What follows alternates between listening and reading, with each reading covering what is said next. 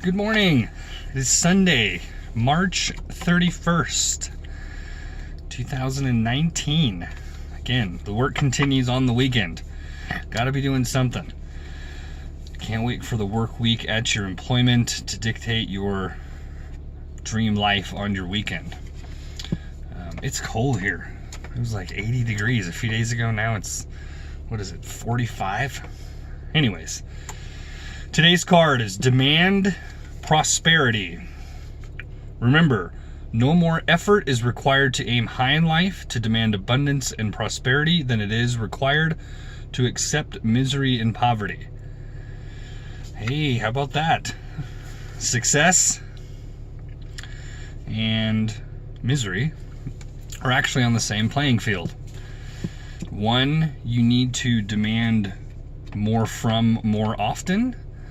The other is very easy to succumb due to your environment, friends, who you hang around, what sort of brain food you give yourself, and I'm sure you can guess which is which. Prosperity is harder to demand. Success is harder to demand. But it starts with demanding it in your brain. I don't recommend you kick in your boss's door tomorrow and say, hey, you better give me a freaking raise, or I want better responsibility, or I want to be promoted, otherwise I quit. If you have that advantage to do that, by all means. But it's not a recommendation I would do for everybody. However, what you can do is your direct superior, you can make it very vocal. Hey, this is my goal here. This is how I think I can help this company. This is how I think I can help you and their manager, and so on and so forth. You can make it known. Don't be afraid of that. It never hurts to vocalize and express where you want to be within an organization. With this demanding in prosperity, you also kind of have to live it as well.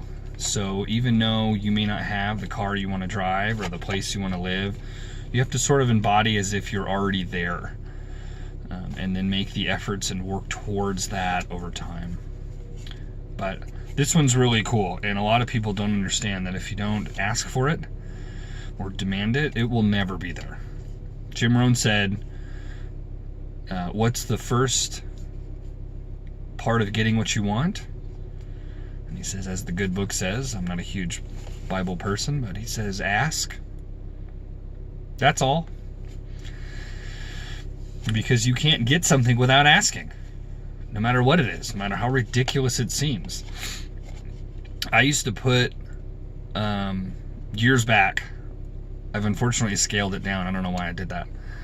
But years back, I used to put, if they asked for salary, I said $1 million a year. If they ask for hourly wage, I said $50 an hour, which $1 million an hour would have been smarter, but $50 an hour, which no one really pays. Once you get to that level, usually it's a salary.